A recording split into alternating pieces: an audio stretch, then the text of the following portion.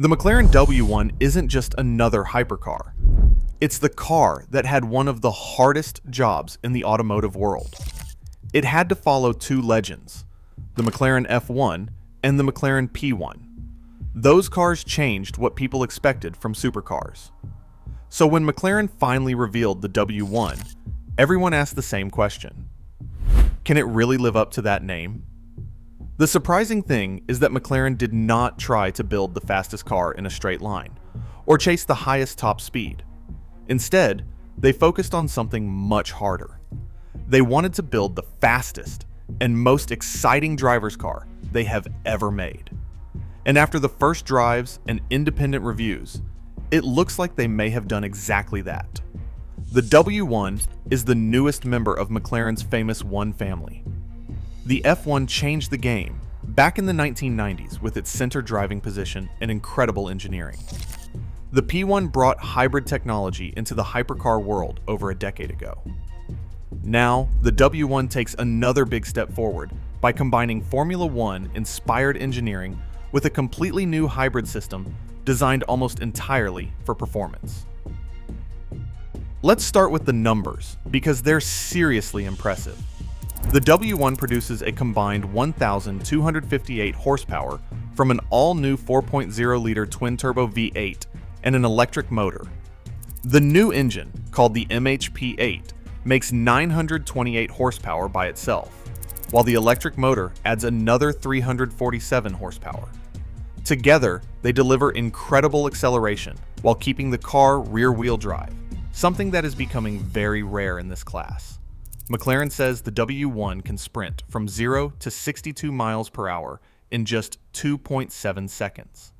It reaches 124 miles per hour in only 5.8 seconds and hits 186 miles per hour in around 12.7 seconds. Top speed is electronically limited to 217 miles per hour. Those numbers may not beat every rival in every category, but McLaren says outright speed was never the only goal.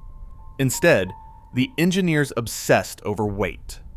Even with its hybrid system, the W1 has a dry weight of just 1,399 kilograms. That's incredibly light for a hybrid hypercar producing this much power. The result is a power-to-weight ratio of over 900 horsepower per ton, making it one of the most extreme production cars ever built. One reason it stays so light is the brand new Aerocell carbon fiber chassis. It's even more advanced than previous McLaren tubs and allows the seats to be built directly into the structure of the car. Instead of moving the seats, the pedals and steering wheel adjust to fit the driver. It's a racing car solution that saves weight and improves rigidity. The design is another area where McLaren ignored trends. Some people expected a beautiful sculpture like the P1. Instead, the W1 almost looks like it was designed by the wind tunnel first, and the styling team second. Every opening, every vent, and every surface has a job to do. The most dramatic feature is the huge active long-tail rear wing. In race mode, it slides backwards by almost 300 millimeters, working together with the massive rear diffuser underneath the car. Combined with the active front aero, the system can generate up to 1,000 kilograms of downforce. That's more than enough to completely transform how the car behaves at high speed.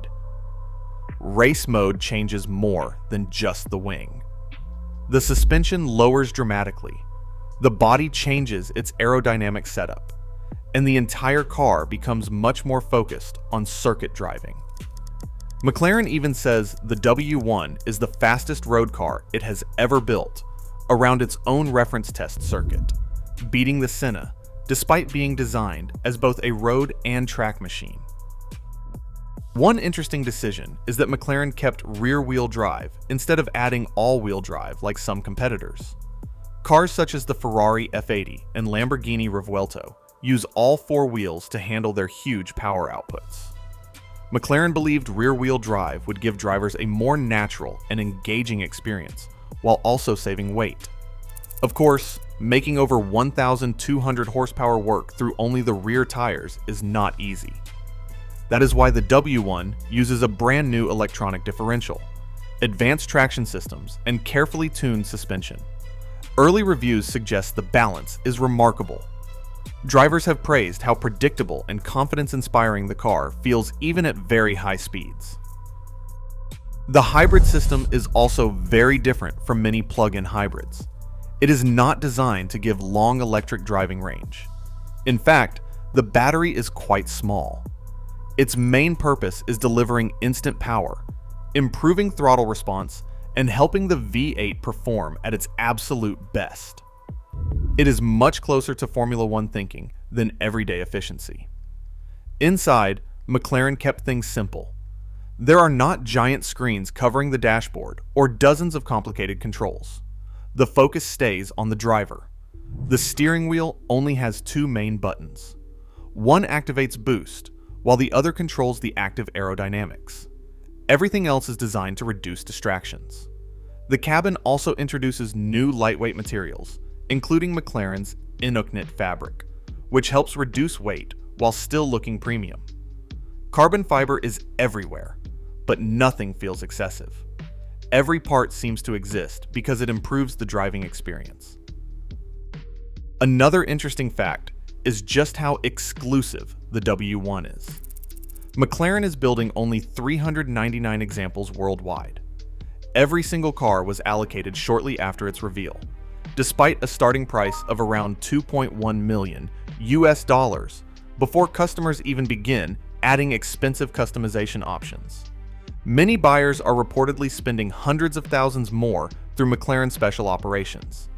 As of today, production has begun ramping up, and McLaren has been sharing updates from its extensive global testing program.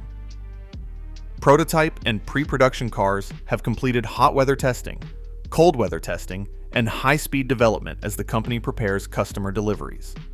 The goal has been to make sure the W1 performs consistently, whether it's on a racetrack or driving through city traffic. What's especially impressive is that early drives suggest the W1 isn't just fast. Reviewers say it's surprisingly usable. The visibility is better than expected, the controls feel natural, and the suspension remains comfortable enough for public roads before switching into its much more aggressive race mode. That balance has always been one of McLaren's strengths, and it appears the W1 continues that tradition. Of course, not everyone agrees with every design choice. Some enthusiasts think the styling isn't as timeless as the F1 or as dramatic as the P1. Others would have liked a higher top speed or an even more powerful hybrid system.